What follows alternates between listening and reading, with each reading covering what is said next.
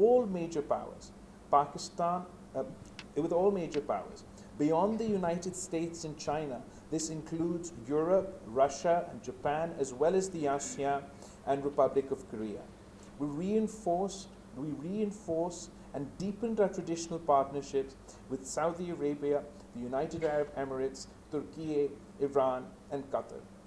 We see a positive trend in Pakistan-Africa bilateral linkages in terms of trade, political, parliamentary, military, and security cooperation.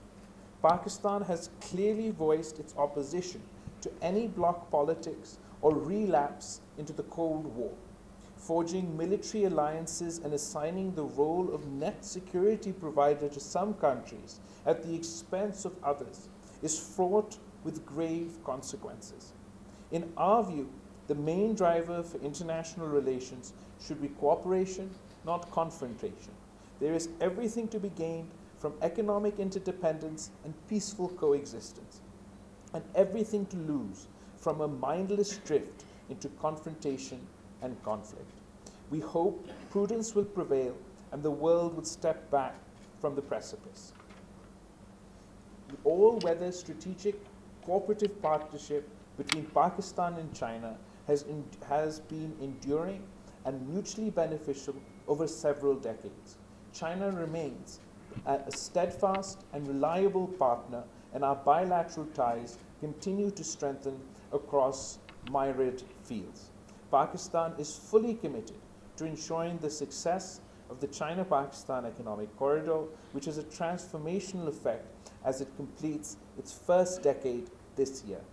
The China-Pakistan Economic Corridor's extension to Afghanistan and beyond further west would help significantly advance our agenda of connectivity and economic integration.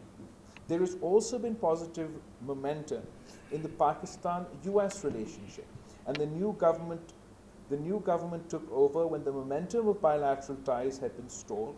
Proactive outreach resulted in high-level visits from both sides.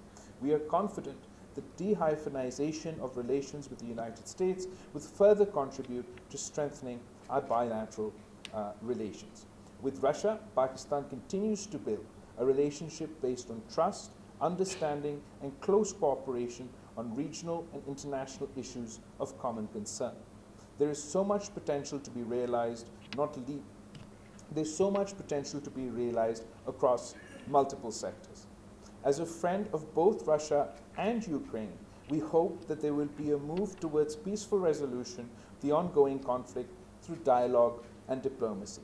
As Pakistan has stressed throughout, there has to be an adherence of the time-honored principles of interstate relations and the UN Charter, including respect for sovereignty and territorial integrity. Europe had forsaken war. We earnestly hope the current drift would be reversed and a beginning would be made towards addressing mutual concerns and building sustainable peace in Europe again. As for our relationship with India is concerned, currently it is marked by an atmosphere of mistrust, primarily due to India's illegal and unilateral actions of August 2019. Pakistan is committed to having cooperative and good neighborly relations with India on the basis of mutual respect and sovereign equality. To move forward, India will have to address the obstacles that hinder peaceful coexistence, reverse its illegal measures in occupied Kashmir, and create an enabling environment for meaningful engagement and result-oriented dialogue. Pakistan remains committed to a peaceful resolution of the Jammu and Kashmir dispute in accordance with the UN Security Council resolutions and the wishes of the Kashmiri people. If this dispute is resolved in a just and fair manner, not only durable peace will be established in South Asia, but also the peace dividends would contribute to the well-being and prosperity of 1/5 of humanity residing in our region. I had the opportunity to be the first foreign minister to visit India within the context of the SCO CFM that was hosted in Goa earlier this year. There's a heads of state, heads of government meeting to be held soon. And while we were in the process of deciding whether our Prime Minister should partake in person or through virtual means, before we could reach our own decision, India decided to turn the entire SCO, heads of government, heads of state meeting into a virtual format. So now we look forward to participating virtually.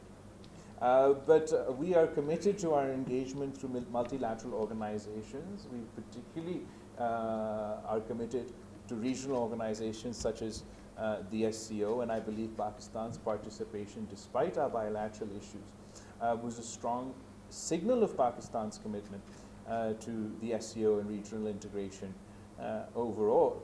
And we've also been particularly active at other multilateral fora, whether it's the United Nations or whether it is the COP27 or whether it was the G77 plus China, and I'm particularly proud of Pakistan's contribution at each of these regional fora.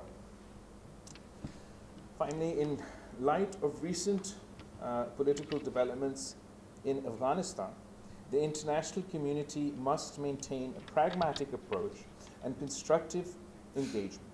Abandoning Afghanistan and its 40 million people during this critical phase could lead to unimaginable consequences. The international community must continue to provide support and assistance to avert any potential humanitarian disaster and help build a sustainable economy for long-term development of Afghanistan.